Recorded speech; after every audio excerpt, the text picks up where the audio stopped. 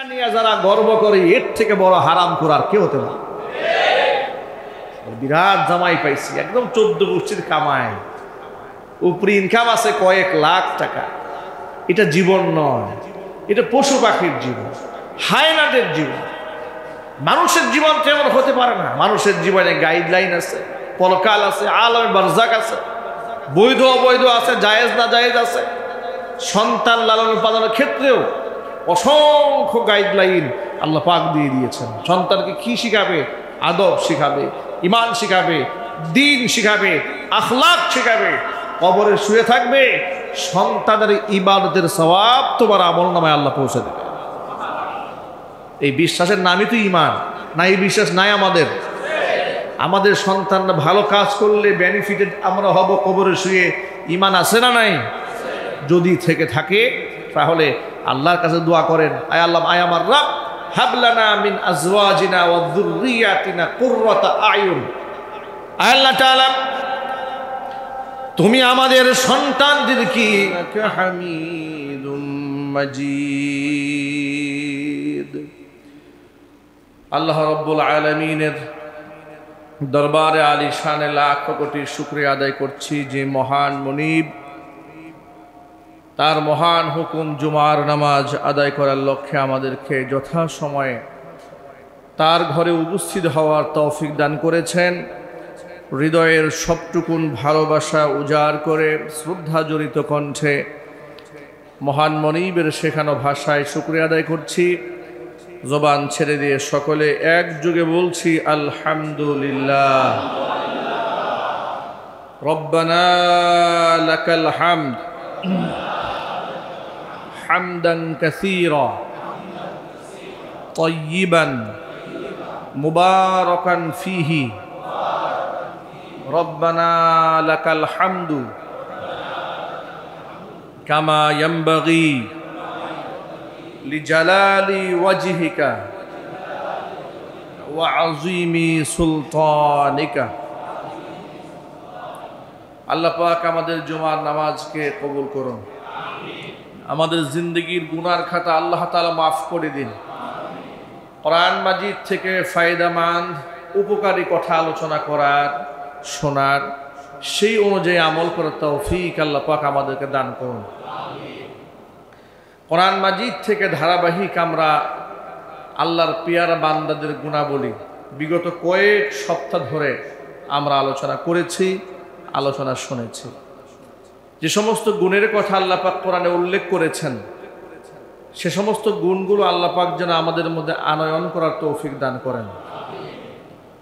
উল্লেখযোগ্য গুণের মধ্যে সর্বশেষ আমরা আলোচনা করেছিলাম ওয়াল্লাযীনা লা ইয়াশহাদুনা যুর। ইমানদার ব্যক্তি, আল্লাহর বান্দা, তারা কখনো মিথ্যা সাক্ষ্য দেবে না, মিথ্যা কথাও বলবে না। মিথ্যা কথা বলা, মিথ্যা সাক্ষ্য দেওয়া হচ্ছে কবিরা গুনার মধ্যে সর্দারতম গুণ। একটি মিথ্যা শত মিথ্যার জন্ম দেয়। একটি মিথ্যা শব্দ বলার পরে সেটাকে আপন জায়গায় প্রতিষ্ঠিত রাখতে গিয়ে আরো শত মিথ্যা জন্ম দিতে হয়। এই জন্য মিথ্যাকে, কবিরা গুনার মধ্যে মিথ্যা কথা বলাটাকে সর্দার গুনাহ বলা হয়েছে। আকবারুল কাবাইরি সালাসা, আল ইশরাকু বিল্লাহ, উকুকুল ওয়ালিদাইন ওয়া কাউলুজ যুর আও শাহাদাতুজ যুর। আল্লাহর সাথে শরীক স্থাপন করা কবিরা গুনার মধ্যে সবচেয়ে বড় ভয়ঙ্কর গুনাহ। পিতামাতার নাফরমানি করা কবিরা গুনার মধ্যে ভয়ঙ্করতম গুনাহ। তৃতীয় নাম্বার হচ্ছে মিথ্যা কথা বলা অথবা মিথ্যা সাক্ষ্য প্রদান করা। মিথ্যা কথা যারা বলবে তাদের জিহ্বাগুলোকে কিয়ামতের দিন আগুনের কেচি দিয়ে কাটা হবে। মিথ্যা কথা বলা মানুষের হক নষ্ট করে দেয়, সমাজের মধ্যে অসংখ্য পাপাচার তৈরি করে। এই জন্য মিথ্যা হচ্ছে শত অপকর্মের মূল হচ্ছে মিথ্যা। আল্লাহ পাক আমাদের জবানকে হেফাজত করুন। এটা নিয়ে মোটামুটি লম্বা কথা বিগত সপ্তাহে আলোচনা হয়েছে, আমরা সেদিকে লম্বা আলোচনা করছি না। ওয়াইদা মাররু বিল্লাগযি মাররু কিরামা, যখন তারা অনর্থক কোনো বৈঠকের পাশ দিয়ে যায়, কিংবা যেখানে নাফরমানি হয় এমন কোনো মঞ্চ সাজানো হয়েছে, তখন তারা সেই গাল গল্প, অনর্থক কাজ, অনর্থক কর্মকাণ্ড কিংবা পাপাচারের যে মজলিস, এই মজলিসে অ্যাটেন্ড তারা করে না। মাররু কিরামা, তারা সম্মানের সাথে এই জায়গায় তারা অতিক্রম করে। তারা সেখানে সময় কাটিয়ে ক্ষুধাদ্রোহিতার মধ্যে সামিল হয় না। আমি আপনাদেরকে রিমাইন্ডার দেওয়ার জন্য, কথা আমি আগেও বলেছি, এই বক্তব্যটা আবারও আপনাদেরকে নতুন করে স্মরণ করে দেওয়ার জন্য বলছি। সেটা হচ্ছে এই, মুসলিম এবং অমুসলিমদের আনন্দ উৎসব এক নয়। এই কথাটা খুব পরিষ্কার থাকা উচিত। এই কথাটা বারবার আপনাদেরকে স্মরণ করিয়ে দেওয়ার আমার একটা উদ্দেশ্য আছে। সেই উদ্দেশ্য হচ্ছে, আমাদের দেশের তথাকথিত সুশীল, তথাকথিত সাংবাদিক, তথাকথিত বুদ্ধিজীবী, সামাজিক নেতা, তারা এই সমাজ ব্যবস্থাপনাকে ভিন্ন একটা মেসেজ দিতে চায়। সেই মেসেজ হচ্ছে ধর্ম যার যার উৎসব সবার।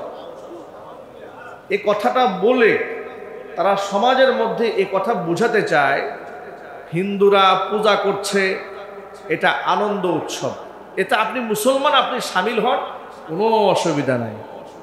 কারণ ধর্ম আপন আপন জায়গায়, কিন্তু আনন্দের ক্ষেত্রে সবাই সমান। নাউযুবিল্লাহি মিন যালিক। ইসলামে পরিপূর্ণ জীবন ব্যবস্থা আল্লাহ পাক আমাদেরকে দিয়েছেন। আমাদের হাসি, আমাদের কান্না কেমন হবে তাও ইসলাম আমাদেরকে শিখিয়ে দিয়েছে। সুবহানাল্লাহ বলেন। হাসি কেমন হবে, কান্না কেমন হবে তাও ইসলামে আছে। আল্লাহর হাবিব সাল্লাল্লাহু আলাইহি ওয়াসাল্লাম মানুষদেরকে অট্ট হাসি দিতে বারণ করেছেন, মুচকি হেসে কথা বলেছেন। আপন ভাইকে দেখে কিংবা প্রতিবেশীর যে কারোর সাথে সাক্ষাৎ হলে মুচকি হেসে কথা বলেছেন। নবীজি সাল্লাল্লাহু আলাইহি ওয়াসাল্লাম বলেছেন, তাবাসসুমুকা লিআখিকা লাকা সাদাকাতুন। তোমার কোন মুমিন মুসলমান ভাইয়ের সাথে সাক্ষাৎ হওয়ার পর তুমি যদি মুচকি হেসে দাও, তোমার আমল নামার মধ্যে আল্লাহ পাক সাথে সাথে সদকার সওয়াব লিখে দিবেন। এর মানে আমি কেমন করে হাসবো সেটা ইসলামে আছে, কিভাবে কাঁদবো তার কথাও ইসলামে আছে। নবী করিম সাল্লাল্লাহু আলাইহি ওয়াসাল্লাম বলেছেন, ইসলামে বিলাপ করা হারাম।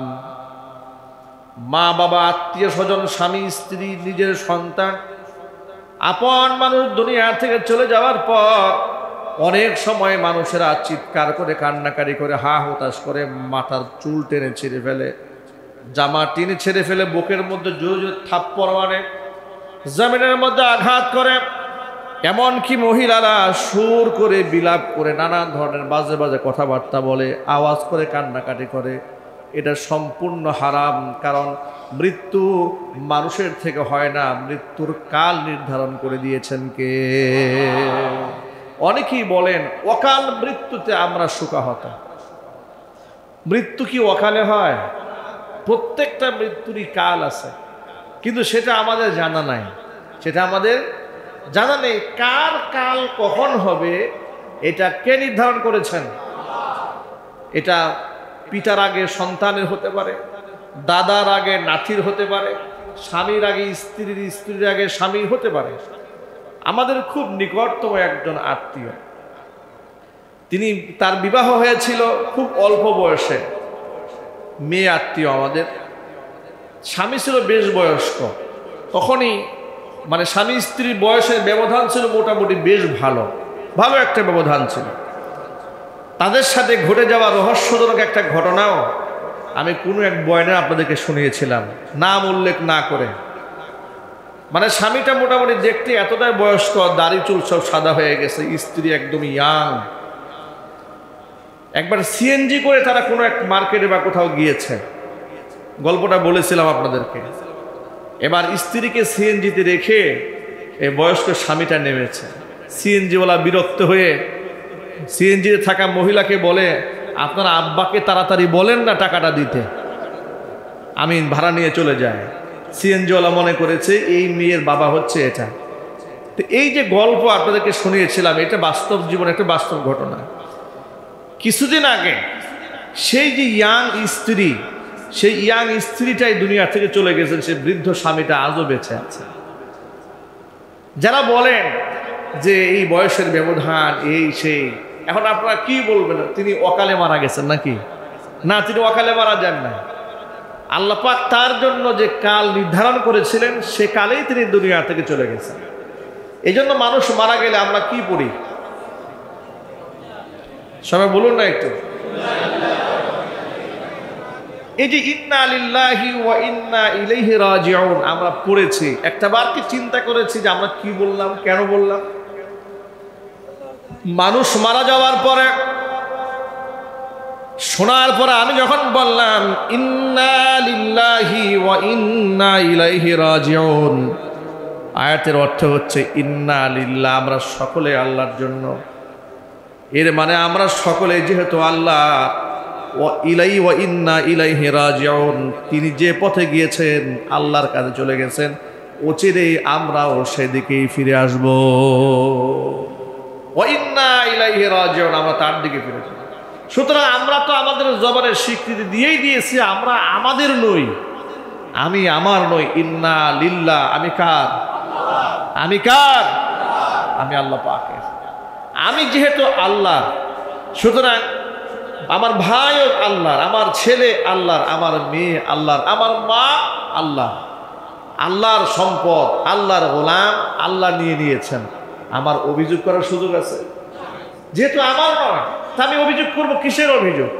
সুতরাং এই ক্ষেত্রে এই কথা বলা অকাল মৃত্যু হয়েছে কিংবা একে শোকাহত হয়ে চুল টেনে ছিঁড়ে ফেলা, অভিযোগের সুরে কথা বলা, আল্লাহ আমার চোখে দেখো না, আমার ছেলেটা উঠাই নিয়ে গেলা, এর মানে হচ্ছে আল্লাহর তাকদীরকে অস্বীকার করার নামান্তর হয়ে যায়, আল্লাহর সিদ্ধান্তের উপর নারাজি হয়ে যায়। এই জন্য ইসলামে বিলাপ করার কোনো সুযোগ নাই। হাদিসে কান্নার কথা এসছে, নবী করিম সাল্লাল্লাহু আলাইহি সাল্লামের পুত্র ছিল, নাতি ছিল, তারা ইন্তেকাল করেছে। কুলে বাচ্চা নিয়ে নবী করিম সাল্লাল্লাহু আলাইহি সাল্লাম কান্না করেছেন। নবী করিম সাল্লাল্লাহু আলাইহি সাল্লামের এক ছেলের নাম ছিল ইব্রাহিম। ছোট্ট শিশু বয়সে যখন মারা গেলেন খুব কান্না করছেন, চোখ থেকে পানি বেয়ে বেয়ে পড়ছেন। সাহাবায়ে কেরাম জিজ্ঞেস করেছে, রাসূল আপনিও কাঁদেন? হুজুর বললেন, এটা হচ্ছে মহাব্বত, যে মহাব্বত আল্লাহ তার বান্দার অন্তরের মধ্যে ঢেলে দিয়েছেন। আল্লাহু আকবার। আপনি এই কান্না করতে পারেন, আপনি মহাব্বতে কাঁদেন, চোখ থেকে পানি ঝরবে, কিন্তু আপনি হাহুতাশ করবেন, এটা কেন হলো, এটা কেন হলো না, আল্লাহ তুমি কেন করলে, কেন নিয়ে গেলা, আমার সংসার কেমনে চলবে, ফ্যামিলি কিভাবে চলবে, এ ধরনের ভাষা ইসলামে ব্যবহার করা জায়েজ না, এগুলো বলা যাবে না। আমি দুটা এক্সাম্পল দিয়ে বোঝাতে চেয়েছি ইসলামে হাসি আমি কিভাবে দেব তার যেমন সীমাবদ্ধতা আছে, কান্না আমি কি করে করব তারও সীমাবদ্ধতা আছে, আমি কোন উৎসব পালন করব তার সীমাবদ্ধতাও ইসলামে আছে, আছে না নাই? পৃথিবীতে এমন অমুসলিম উৎসব আছে যেখানে মদ পান করা হয়, নারী পুরুষের অশ্লীল মেলামেশা হয়, গান বাজনা হয়, ক্ষুধাদ্রোহিতা হয়, ড্রাগস সেবন করা হয়, আছে না নাই? কথা বলেন। অমুসলিমদের এমন উৎসব আছে ছেলে মেয়ে একাকার হয়ে জড়াজড়ি করছে, রং মাখামাখি করছে, যে হোলি উৎসবের নামে যা হয়, আছে না নাই? এখন আপনি বলুন, রং মাখামাখি করলেন পরনারীর সাথে, হালাল না হারাম? শরাব পান করা হালাল না হারাম? গান বাজনা করলেন হালাল না হারাম? ডিজে পার্টি করলেন হালাল না হারাম? এতগুলো হারামের সংমিশ্রণে যে উৎসব হলো, সেই উৎসব কোনো মুসলমানের হতে পারে? জোরে বলুন। আবার যদি এতগুলো হারামের মধ্যে ভয়ঙ্করতম হারাম আল্লাহর সাথে শরীক স্থাপন করার মতো পূজা হয়, মূর্তির সামনে সাহায্য চাওয়া হয়, কিংবা তার কাছে কল্যাণ কামনা করা হয়, তাহলে শুধু কি হারাম নাকি ডাবল হারাম? এই ডাবল হারামের মতো একটা কর্মকাণ্ড গোটা জাতির উপর চাপিয়ে দিয়ে বলা হবে ধর্ম যার যার, উৎসব সবার। এটা দুর্বিসন্ধি ছাড়া কিছু নয়। দেখেন এদের কত বড় দুর্বিসন্ধি, এরা সব সময় এই কথাটা বলে যখন পূজা শুরু হয় তখন। আচ্ছা, পূজা যেমন হিন্দুদের জন্য আনন্দ উৎসব, কুরবানি আমাদের জন্য আনন্দ উৎসব নয়? একটু জোরে বলেন। তাহলে কুরবানির সময় তারা এই কথাটা অমুসলিমদেরকে কেন বলে না? ধর্ম যার যার উৎসব সবার, আসেন সবাই মিলে একটু কোরবানি করি। বলেন আপনার, বলেন এটা কি বলা হয়? এর মানে কি? এর মানে সে তো কোরবানির পশু ধরবে না, জবাইয়ের দৃশ্য সে দেখবে না, সে এটা ভক্ষণ করবে না, ঠিক কিনা বলেন? এটা দেখাও তাদের জন্য পাপ। ফেসবুকে দেখেছি অনেক অমুসলিমরা পোস্ট করেছে, ষাঁড়ের ছবি দিয়ে আবেগে পোস্ট করে ফেলেছে, মা তোমাকে রক্ষা করতে পারলাম না। ছবি দিয়েছে কার? ষাঁড়ের। লিখেছে মা তোমাকে রক্ষা করতে পারলাম না। এর মানে হচ্ছে তারা আপন আপন জায়গায় আমাদের আনন্দকে ওরা আনন্দ মনে করে না, আমাদের উৎসবকে ওরা উৎসব মনে করে না, আমাদের আনন্দকে আনন্দ মনে করে না, আমাদের ঈদকে ঈদ মনে করে না, কিন্তু ওদের পূজাকে আমাদের আনন্দ মনে করাবার জন্য এদেশের মুসলিম নামধারী মুনাফিকরা উঠে পড়ে লেগেছে। আর এই মুনাফিকদের কাতারে বাংলাদেশের প্রথম সারির নেতৃবৃন্দরা আছে। কথা বলতে হবে, ঠিক কিনা বলেন? এগুলা মুসলমান নয়, এগুলো মুনাফিক। এগুলা কি জুড়ে বলে? এগুলো মুনাফিক, মুশরিকদের দালাল।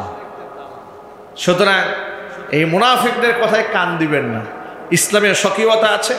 কোরআন বলছে ওয়াইদা মাররু বিল লাগযি মাররু কিরামা। এই ধরনের আচার অনুষ্ঠানের পাশ দিয়ে মুমিন মুসলমান যখন যায়, অ্যাটেন্ড করবে, দূরে কথার দিকে ফিরেও তাকাবে না। আল্লাহু আকবার। আমি বলেছি, কে বলেছেন? চিলে বলে কে বলেছেন? আল্লাহ বলেছেন এই ধরনের অনুষ্ঠান যেখানে হয়, আমার ইমানদার বান্দারা অংশগ্রহণ করবে, দূরের কথা এদিকে ফিরেও তাকাবে না। মাররু বিল লাগবি মাররু কিরামা, অত্যন্ত ভদ্রতার সাথে চুপচাপ পাশ কাটায় যাবে। এই ধরনের অনুষ্ঠানে তারা অংশগ্রহণ করবে না। এটা হচ্ছে ইমানদার বান্দাদের অন্যতম একটা বৈশিষ্ট্য। আল্লাহ পাক আমাদের বুঝার তৌফিক দান করেন। এরপর আল্লাহ পাক বলছেন ওয়াল্লাযীনা ইযা যুক্কিরু বিআয়াতি রাব্বিহিম লাম ইয়াখিরু আলাইহা সুম্মান ওয়া উমিয়ানা। আমার বান্দাদেরকে যখন আমার আয়াত দিয়ে যখন নসিহত করা হবে, আমার কোরআনের আয়াত দিয়ে যখন আমার বান্দাদেরকে নসিহত করা হবে, লাম ইয়াখিরু আলাইহা সুম্মান ওয়া উমিয়ানা, বুবা এবং বধিরের মতো আচরণ তারা সেখানে করবে না। আল্লাহ পাক বললেন এমন কিছু মানুষ আছে এই সমাজে আমার আয়াত শোনার পরে যারা বুবা এবং বধিরের মতো আচরণ করে, তারা যেন কান দিয়া হিদায়াতের কথা যাওয়ার পরেও মনে হয় এমন ভাব তারা করে যেন তারা কানের মধ্যে কিচ্ছু শুনতে পায় নাই। আছে না নাই? হালাল হারাম শুনেছে, জায়েজ না জায়েজ শুনেছে। আল্লাহর আয়াত শোনার পরেও যেমন সুদ হালাল না হারাম? সবাই বলেন। ঘুষ হালাল না হারাম? জিনা ব্যভিচার হালাল না হারাম? বেপর্দা হালাল না হারাম? মিথ্যা কথা হালাল না হারাম? শোনার পরে যারা সংযত হলো, নিয়ন্ত্রিত হলো, তারা আল্লাহ পাকের বান্দা। আল্লাহ পাক বলেন আমার আয়াত শোনার পরে লাম ইয়াখিরু আলাইহা সুম্মা ওয়া উমিয়ানা, বধিরের মতো আচরণ তারা করে না। বুঝে না বুঝার ভান ধরে না। এমন হয় না যে এক কান দিয়ে শুনেছে আরেক কান দিয়ে বের করে দিয়েছে। একটা ঘটনা বললে আপনারা কথাটা সহজেই খুব বুঝতে পারবেন। সাহাবায়ে কেরাম রাদিয়াল্লাহু তাআলা আনহুম আজমাইন, যাদেরকে আল্লাহ পাক আমাদের ঈমানের মডেল বানিয়ে দিয়েছেন। আল্লাহু আকবার। সাহাবায়ে কেরামদেরকে আল্লাহ পাক ঈমানের মডেল বানিয়েছেন। সূরা বাকারায় আল্লাহ পাক বলেন আমিনু কামা আমানান নাস, ঈমান আনো সেভাবে যেভাবে সাহাবায়ে কেরাম ঈমান এনেছেন। তাহলে আয়াত দ্বারা প্রমাণ হয় সাহাবায়ে কেরামের ঈমান আমাদের জন্য মডেল। কোরআন মাজিদ আল্লাহ পাক অসংখ্য আয়াতের মধ্যে বলেছেন রাদিয়াল্লাহু আনহুম ওয়া রাদু আনহু, আমি এই সাহাবীদের জামাতের উপর সন্তুষ্ট, তারাও আমি আল্লাহর উপর সন্তুষ্ট। কোরআন মাজিদ আল্লাহ পাক বলেছেন উলাইকাল্লাযীনা ইমতাহানাল্লাহু কুলুবাহুম লিত্তাকওয়া লাহুম মাগফিরাতুন ওয়া আজরুন আযীম। এই সমস্ত ব্যক্তি মানে সাহাবায়ে কেরাম, তাদের অন্তরটাকে আমি তাকওয়ার পরীক্ষায় উত্তীর্ণ করে নিয়েছি। নামতাহানাল্লাহু কুলুবাহুম লিত্তাকওয়া, তাকওয়ার মানদণ্ডে এদের অন্তরগুলাকে আমি পরীক্ষা করে নিয়েছি, ওরা ফার্স্ট ক্লাস পেয়েছে। লাহুম মাগফিরাতু ওয়া আজরুন আযীম, এদের জন্য আমি আল্লাহ পাকের পক্ষ থেকে রয়েছে ক্ষমা এবং মস্ত বড় পুরস্কার। তো সাহাবায়ে কেরাম এমন কি ঈমান আনলেন, কি কাজটা করলেন যে কোরআন বলছে ওদের মতো ঈমান আনো? সুবহানাল্লাহ বলে।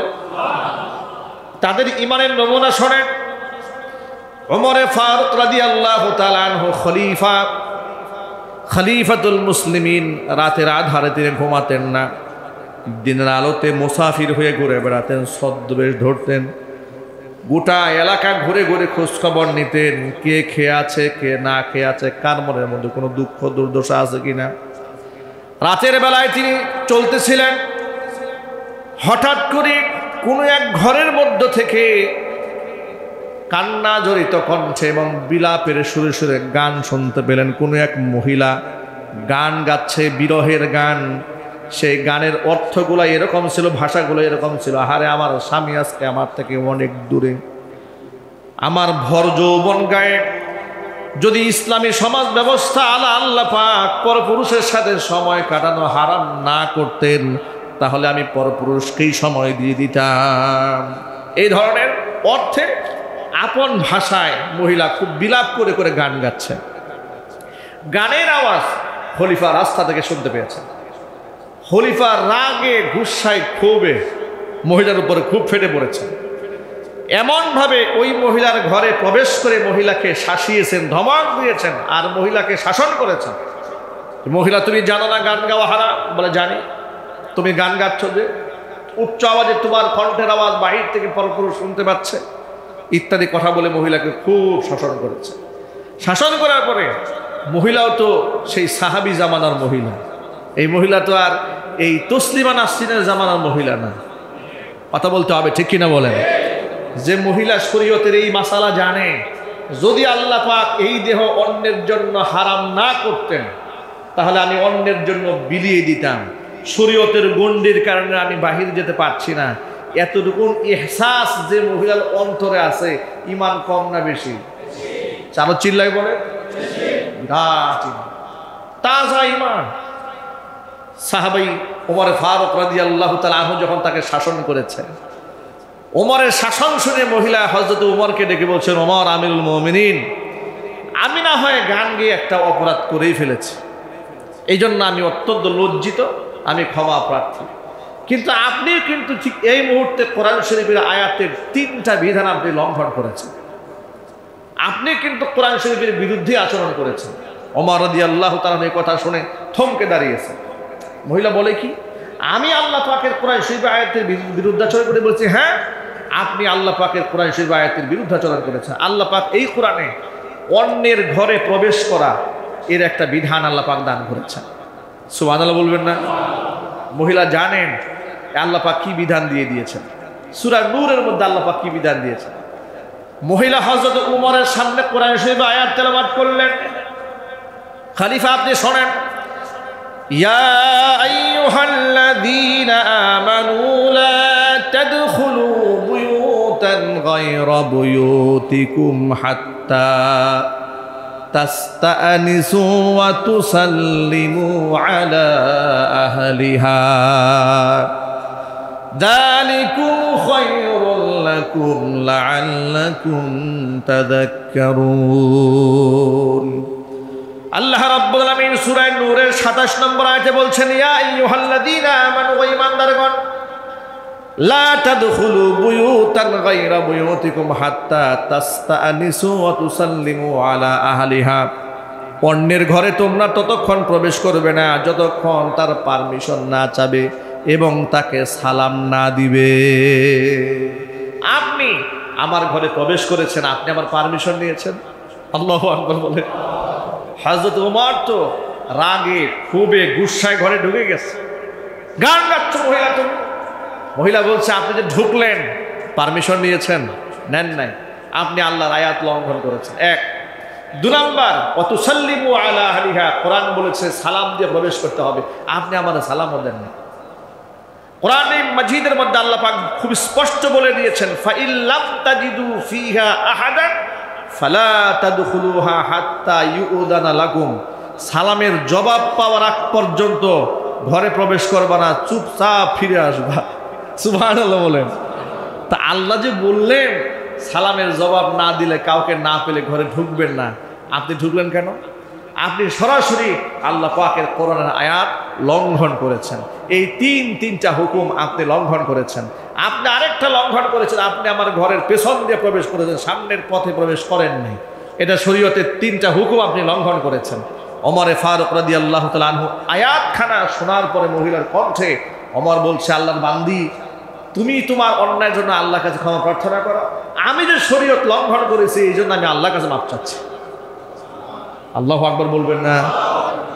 খলিফা অর্ধ জাহানের শাসক, শত সহস্র কিলোমিটার পর দূর থেকে দেখতে পান এতটুকু অন্তর্দৃষ্টি আল্লাহ পাক যাকে দান করেছেন। অন্তর যারা এতটা পরিচ্ছন্ন, আল্লাহ আয়াত শোনা মাত্র সাথে সাথে তিনি মেনে নিলেন। তিনি বললেন, আমি অন্যায় করেছি, আমি আল্লাহর কাছে মাপ চাচ্ছি, আমি তোমার কাছেও মাপ চাচ্ছি। আল্লাহু আকবার। ইমানদার বান্দা যারা হয়, আল্লাহর আয়াত শোনা মাত্র পেছনে কোনো যুক্তি চলে না, তর্ক চলে না, সাথে সাথে মেনে নিতে হয়। আর তার পুরা ভিন্ন রূপটা আমাদের মধ্যে আছে। ভিন্ন রূপটা কি? ভিন্ন রূপ হচ্ছে আলেম যদি কোনো কথা বলেন, ভুল ধরিয়ে দেন, সংশোধন করে দেন, বলে হুজুর সব কি আপনারাই বুঝেন, আমরা কি বুঝি না কিছু? এত কিছু দিয়ে, এত কোরআন হাদিস দিয়ে এই সমাজে চলা যায় না। এই লোক সমাজে আছে না? আরো জোরে বলেন। এই কথাটা একটা কুফুরি কথা। এত কোরআন হাদিস দিয়ে এই যুগে চলা যায় না, কুফরি বক্তব্য। কখনো এই কথা বলবেন না। যদি আল্লাহর আয়াত পেশ করা হয়, রাসূলের হাদিস পেশ করা হয়, সাথে সাথে হাসি মুখে মেনে নেওয়াই হচ্ছে আল্লাহ পাকের বান্দাদের অনন্য অসাধারণ বৈশিষ্ট্য। পালন করতে পারবো তো ইনশাআল্লাহ? যদি বলুন না ইনশাআল্লাহ। আল্লাহর আয়াত আমাদের সকলের জন্য শিরোধার্য। আল্লাহ যা বলেছেন বুঝে বলেছেন। আমি বুঝতে পারি নাই, আমার ব্যর্থতা, ঠিক কিনা? এরপর আল্লাহ রাব্বুল আমিন বলছেন, والذين يقولون ربنا هب لنا من أزواجنا وذرياتنا قرة أعين واجعلنا للمتقين إماما। যারা এই কথা বলবে, আমি আল্লাহর কাছে রব্বানা হাব লানা মিন আজওয়াজিনা, আল্লাহ তাআলা আমার সন্তান, স্ত্রী, পরিবার, পরিজন, তাদের আচরণ এমন দান করো যাদের আমাদের অন্তরটা, আমাদের চক্ষুটা শীতল হয়ে যায়।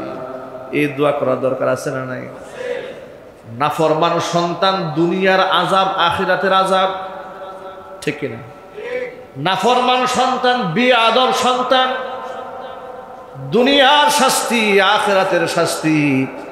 আর ইমানদার সন্তান দুনিয়ার জন্য প্রশংসা, দুনিয়ার চোখের শীতলতা, পরকালে জান্নাতে যাওয়ার ওয়াসিলা। আর এটা এমনি এমনি হয় না। এটা তালিম, তরবিয়াত, তাজকিয়াতুন নাফস, লেখাপড়া করানো, আখলাক শেখানো, ভালো মানুষের সান্নিধ্য গ্রহণ করানো ইত্যাদি অনেকগুলো বিষয়ের সমন্বয়ে একজন সন্তান সুসন্তান হয়। চিল্লা এখন সুবহানাল্লাহ। আমরা কি আমাদের সন্তানদেরকে সুসন্তান বানাতে চাই না?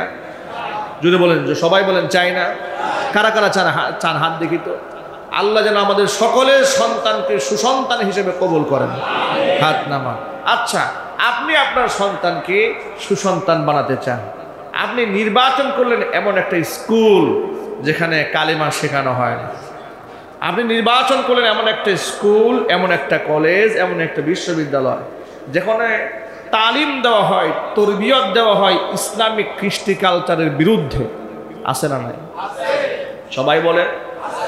বরং অনইসলামিক কর্মকাণ্ডকে প্রমোট করা হয়, ইসলামিক কর্মকাণ্ডকে তুচ্ছ তাচ্ছিল্য করা হয়। এখন আপনি বলেন, আপনার এই সন্তান কি সুসন্তান হবে? আদর্শ সন্তান হবে? জেনাখার হবে, লম্পট হবে, চরিত্রহীন হয়ে যাবে। সুসন্তান কিয়ামতের দিন সন্তানরা পিতামাতার জান্নাতে যাওয়ার ওসিলা যেমন হবে, জাহান্নামে যাওয়ার কারণও হবে।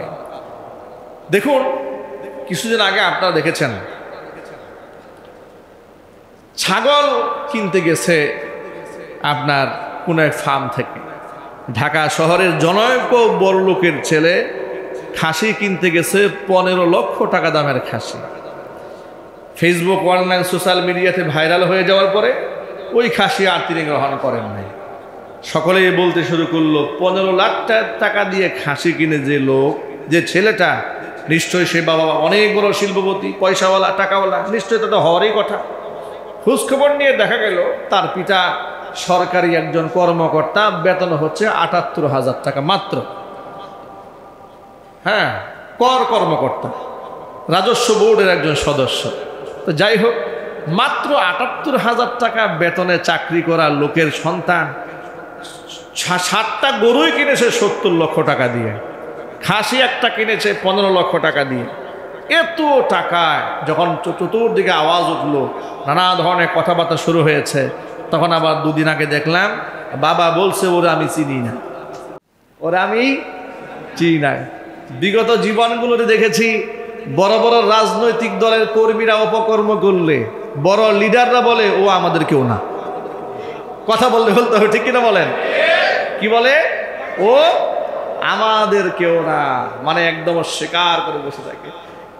আমি গতকালকে কর্মকাণ্ড দেখে কোরআন শরীফের একটা আয়াত মনে পড়ে গেছে, সূরা আবাসার। কিয়ামতের দিন ইয়াওমা ইয়াফিরুল মারউ মিন আখিহি ওয়া উম্মিহি ওয়া আবিহি ওয়া সাহিবাতিহি ওয়া বানিহি। কিয়ামতের দিন মানুষ ভেগে পলায়ন করবে মা থেকে, ভাই থেকে, সন্তান থেকে, স্বামী থেকে, স্ত্রী থেকে, সব পালায়ে যাবে, পরিচয় দিতে চাবে না। এদের কিয়ামত কি দুনিয়া থেকে শুরু হয়ে গেল? কথা বলেন, ঠিক কিনা বলেন? আচ্ছা, আপনারা বলেন হারামে আরাম আছে? আরো জোরে, হারামে আরাম আছে? এমন জীবন কেন গঠন করেন? এমন লাক্সারিয়াস লাইফ লিড সন্তানকে কেন শেখান? এক সময় বলতে হয় এই সন্তান আমারও নয়। এ কি জীবন আপনার? দুনিয়াতেই সন্তান অস্বীকার করেন, পরকালে কি করবেন? কথা বলেন, ঠিক কিনা? সুতরাং এগুলা জীবন নয়। বলে জামাই একটা পাইছি, খুব ভালো জামাই। তা কেমন ভালো জামাই? তাই পিয়নের চাকরি করে খুব ভালো হয়ে গেছে। পিয়নের চাকরি করতে কি হয়েছে? তাই বেতন কত জানো? বেতন স্কেল কত? 18-20 হাজার টাকা। 18-20 হাজার টাকা তুমি তো বেসিক দেখেছ, উপরি ইনকাম তো খবর রাখো নাই। ডিআইটিতে ফ্ল্যাট কিনছে, খবর আছে তোমার? আছে না নাই? সত্য না অসত্য? চিল্লায় বলে। এই বাস্তবতা এই সমাজে আছে না নাই?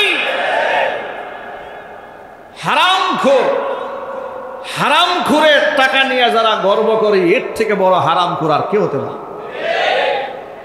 বিরাট জামাই পাইছি, একদম 14 গোষ্ঠীর কামাই, উপরি ইনকাম আছে কয়েক লাখ টাকা। এটা জীবন নয়, এটা পশু পাখির জীবন, হায়নাদের জীবন।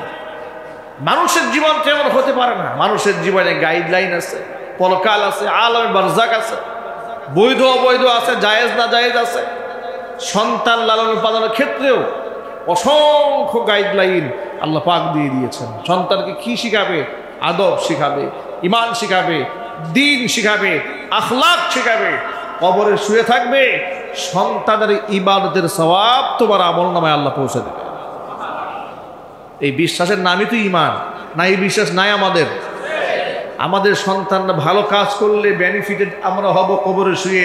ইমান আছে না নাই? যদি থেকে থাকে তাহলে আল্লাহর কাছে দোয়া করেন, আয় আল্লাহ, আয় আমার রব, হাবলানা মিন আজওয়াজিনা ওয়া যুররিয়াতিনা কুররাতা আয়ুন। আয় আল্লাহ তাআলা, তুমি আমাদের সন্তানদেরকে আমাদের চোখের শীতলতা বানাও, তাদের আমাল, তাদের আখলাক এত সুন্দর হোক, মানুষ যেন দোয়া করে বলে এটা কোন মায়ের সন্তান। মানুষ যেন এমন কথা না বলে বাপ যেমন খারাপ ছিল পুলা আরো খারাপ হয়েছে, এমন কথা যেন না বলে। মেয়েটা যেমন জঘন্য, মা আরো জঘন্য, এমন কথা মানুষ যেন না বলে। সন্তানদেরকে দ্বীনি শিক্ষার তালিম দেন, হকপন্থী আলেমদের সান্নিধ্যে মাঝে মাঝে নিয়ে যান, আলেম ওলামার সাথে সালাম মুসাফা করাবেন, উঠা বসা করাবেন। শিশুকাল থেকে বাচ্চাদেরকে হাতে ধরে ধরে মসজিদে নিয়ে আসবেন, মসজিদ থেকে বিদায় হওয়ার সময় ইমাম সাহেবের সাথে সালাম এবং মুসাফা করা শেখাবেন। আপনার সন্তানকে আলেম ওলামার সাথে সম্পর্ক তৈরি করেই যদি বড় বানাতে পারেন, ওর জীবনটা হবে একরকম। মসজিদ চেনে না, মাদ্রাসা চেনে না, পরকাল চেনে না, আল্লাহ চেনে না, এমন ব্যক্তিকে যত শিক্ষায় শিক্ষিত করে, সর্বশেষ ও বড় হওয়ার পরে স্বপ্ন দেখবে সবার আগে আপনাকে কবে ঘাড় ধাক্কা দিয়ে ঘর থেকে বের করে দেবে। কথা বলতে হবে, ঠিক কিনা? এটা হবে ওর জীবনের প্রথম টার্গেট, আপনাকে কবে ঘর থেকে বের করবে। আর বলবে বুড়া মরে না কেন, এই বুড়া মরে না কেন, বুড়া মরলেই তো সব রাজত্বের মালিক আমি হয়ে যায়। আর সন্তান যদি সুসন্তান হয়, আপনার জন্য আপনার সন্তান নামাজ পড়ে কেঁদে কেঁদে বলবে রব্বির হামহুমা কামা রব্বায়ানি সগীরা। সুতরাং এমন সন্তান পাওয়ার জন্য আল্লাহর কাছে দোয়া করতে হয়। সন্তান এমনিই সুসন্তান হয় না, যদি এমনিতেই সুসন্তান হয়ে যেত এই দোয়া আল্লাহ শিখাইতেন, ঠিক না বলে? আচ্ছা আপনারা বলেন তো, নবী রসুলরা আল্লাহর কাছে নেক্সট সন্তানের জন্য দোয়া করেন নাই? জোরে বলেন। ইব্রাহিম আলাইহিস সালাতু ওয়াস সালাম আল্লাহর কাছে দোয়া করে বললেন রব্বি হাবলি মিনাস সালিহিন। জাকারিয়া আলাইহিস সালাতু ওয়াস সালাম দোয়া করলেন রব্বি লা তাদারুনি ফারদাও ওয়া আনতা খায়রুল ওয়ারিসিন। আল্লাহ আমাদেরকে নেককার সন্তান দান করো, আমাদেরকে নিঃসন্তান করে দুনিয়া থেকে তুমি উঠায় নিও না। নেক সন্তানের জন্য নবীরা পর্যন্ত দোয়া করেছেন। আল্লাহ পাক নেক সন্তানের জন্য দোয়া শিখিয়ে দিয়েছেন, আমার কাছে নেক সন্তানের জন্য দোয়া কর। আল্লাহু আকবার। রব্বানা হাবলানা মিন আজওয়াজিনা ওয়া যুররিয়াতিনা কুররাতা আয়ুন। আয় আল্লাহ, আমার বংশধর, আমার পরিবার পরিজনকে এমন আচরণের অধিকারী বানায় দাও যাদের আচরণ দেখলে আমার চক্ষুটা শীতল হয়ে যায়। আর যদি এমন হয় বাবা বসে আছে এক চেয়ারে, ছেলে আরেক চেয়ার উপর বসে পায়ের উপর পা দিয়ে সিগারেট টানতেছে, কি দৃশ্যটা, কি ছেলে তৈরি করেছেন! এটা আখলাক নয়, এটা চরিত্র নয়, এটা জীবন নয়, এটা সম্মানের জীবন নয়, এটা অভিশাপ। এটা কি অভিশাপ। আল্লাহ যেন আমাদের সন্তানদেরকে সুসন্তান বানায় দেন। জোরে কোন আমিন। সবাই বলেন না আমিন। সন্তানদেরকে আমরা মানুষের মতো মানুষ করব, আল্লাহর কাছে দোয়া করব। আল্লাহ পাক বলছেন এরপরে দোয়া করবেন ওয়াজআলনা লিল মুত্তাকিনা ইমামা। আল্লাহ তুমি আমাদেরকে লিডার বানাবে, ফাসেক ব্যক্তিদের লিডার নয়, ইমানদার ব্যক্তিদের লিডার। সুবহানাল্লাহ বলেন। ওয়াজআলনা লিল মুত্তাকিনা ইমামা, ইমানদার বান্দাদের নেতা, ইমানদার ব্যক্তিদের নেতা আল্লাহ তুমি আমাদেরকে বানাও। আল্লাহ বলছেন এই সমস্ত গুণাবলী যে বান্দাদের মধ্যে থাকবে তাদেরকে আমি কি দিব শোনো। উলাইকা ইউজজাউনাল গুরফাতা বিমা সাবারু ওয়া ইউলাক্কাউনা ফিহা তাহিয়াতাও ওয়া সালামা। এই সমস্ত ধৈর্য তারা দুনিয়াতে ধারণ করেছে, বিনিময়ে উলাইকা ইউজজাউনাল গুরফা, জান্নাতের কামরার মধ্যে এদেরকে বিনিময় স্বরূপ প্রবেশ করানো হবে। উলাইকা ইউজজাউনাল গুরফা, ঢুকানো হবে। ওয়া ইউলাক্কাউনা ফিহা তাহিয়াতাও ওয়া সালামা, তারা সেখানে শান্তি, অভিবাদন, সালাম, সুস্বাগতম এগুলা তারা সেখানে তাদেরকে সম্মান দেওয়া হবে, তাদেরকে সালাম করা হবে, তাদেরকে বিরাট বড় কাফেলা তৈরি করে তাদেরকে মোস্ট ওয়েলকাম দেওয়া হবে ফেরেশতার মাধ্যমে। চিল্লা করে আল্লাহু আকবার। তারা থাকবে কদিন সেখানে? খালিদিনা ফিহা, চিরদিন তারা সেখানে থাকবে। হাসনাত মুস্তাকাররাও ওয়া মুকামা, স্থায়ী অস্থায়ী নিবাস হিসেবে কতই না উত্তম সেই বাসস্থান। আল্লাহু আকবার। সুতরাং যে সমস্ত গুণাবলীর কথা আমরা ধারাবাহিক সূরা ফুরকান থেকে শুনেছি, নিরহংকারী হতে হবে, জাহান্নামের আগুন থেকে আল্লাহর কাছে পানাহ চাইতে হবে, মিতব্যয়ী হতে হবে, অন্যায় হত্যা থেকে নিজেদেরকে বিরত রাখতে হবে, জেনা ব্যভিচার থেকে মুক্ত থাকতে হবে, অন্যায় করে ফেললে আল্লাহর কাছে খাস দিলে তওবা করতে হবে। এরপরে সব ধরনের অন্যায় অপরাধের সাথে সংশ্লিষ্ট যত প্রকারের অনুষ্ঠানগুলো আছে এগুলোকে এড়িয়ে চলতে হবে। মিথ্যা কথা থেকে বিরত রাখতে হবে নিজেকে, মিথ্যা সাক্ষ্য প্রদান করা থেকে বিরত রাখতে হবে, আল্লাহর কাছে সন্তানদের জন্য দোয়া করতে হবে। সর্বোপরি আল্লাহর কোরআন শরীফে আয়াত শোনার পরে উল্টা যুক্তি তর্ক দিয়া পাশ কাটিয়ে না গিয়ে আল্লাহর সিদ্ধান্তকে হাসি মুখে মেনে নিয়ে সে অনুযায়ী জীবন চালাতে যদি আমরা পারি, আল্লাহ পাক চির সুখ জান্নাতের বাসিন্দা আল্লাহ পাক আমাদের বানায় দেবেন। পারবো না ইনশাআল্লাহ? আল্লাহ রাব্বুল আলামিন যেন আমাদের সকলকে প্রস্তুত থাকার তৌফিক দান করেন, আমাদের অন্তরকে আল্লাহ পাক কোরআনের নূর দিয়ে আলোকিত করে দেন, গোটা সমাজ ব্যবস্থাটাকে আল্লাহ রাব্বুল আলামিন ইসলামের হেদায়েতের মধ্যে এনে দেন। জোরে কোন আমিন। আর আমরা আজকের থেকে নিয়মিত একটা দোয়া করব। আমরা শুনতে পাচ্ছি গোটা বাংলাদেশে রাসেল ভাইপার, একটা সাপ প্রচুর পরিমাণ শোনা যাচ্ছে, যে রাজশাহীতে দেখা যাচ্ছে, ঢাকাতে দেখা যাচ্ছে, অমুক জায়গায় দেখা যাচ্ছে, নানা জায়গায় দেখা যাচ্ছে। বিষধর সাপ থেকে, বিচ্ছু থেকে বাঁচার জন্য ১৫০০ বছর আগে নবী করিম সাল্লাল্লাহু আলাইহি ওয়াসাল্লাম আমাদেরকে একটা দোয়া শিখিয়েছেন। আবু হুরায়রা রাদিয়াল্লাহু তাআলা আনহু হচ্ছেন হাদিসের রাবি। তিনি বলেছেন, নবী করিম সাল্লাল্লাহু আলাইহি ওয়াসাল্লাম বলেছেন, আউযু বিকালিমাতিল্লাহি তাম্মা মিন শাররি মা খালাক। বাস এতটুকু, আউযু বিকালিমাতিল্লাহি তাম্মা মিন শাররি মা খালাক। আল্লাহর কাছে আল্লাহর সমস্ত পবিত্র কালিমার মাধ্যমে সাহায্য প্রার্থনা করছি আল্লাহর সৃষ্টিকুলের সমস্ত অনিষ্ট থেকে, সাপ থেকে, বিচ্ছু থেকে, কুদৃষ্টি থেকে, সব ধরনের অনিষ্টতা থেকে পানাহ চাচ্ছি কার কাছে? যদি সকালবেলা ৩ বার, বিকালবেলা ৩ বার, আবার বলেন সকালবেলা কয়বার? বিকেলবেলা ৩ বার। এর মানে ফজরের পরে ৩ বার পড়লেন, মাগরিবের নামাজের পরে 3 বার পড়লেন। কোনো ব্যক্তি যদি নিয়মিত এই আমল করে, আউযু বিকালিমাতিল্লাহি তাম্মা মিন শাররি মা খালাক, আউযু বিকালিমাতিল্লাহি তাম্মা মিন শাররি মা খালাক, আউযু বিকালিমাতিল্লাহি তাম্মা মিন শাররি মা খালাক, সাপ বিচ্ছুর দংশন থেকে আল্লাহ রাব্বুল আলামিন ফেরেশতা দিয়ে ব্যক্তিকে নিরাপত্তা দান করবে। আল্লাহ পাক যেন এই রাসেল ভাইপার সহ আরো ধরনের বিষধর সাপ আছে, বিচ্ছু আছে, সমস্ত সাপ বিচ্ছুর দংশন থেকে আল্লাহ রাব্বুল আলামিন আমাদের সকলকে, আমাদের কৃষকদেরকে, শ্রমিক ভাইদেরকে হেফাজত করেন। সকলে বলুন আমিন। ওয়া আখিরু দাওয়ানা আনিল হামদুলিল্লাহি রাব্বিল আলামিন। ক্বাবলা আল জুমআ 4 রাকাত সুন্নত নামাজ যারা আদায় করেননি মেহেরবানি করে আদায় করেন।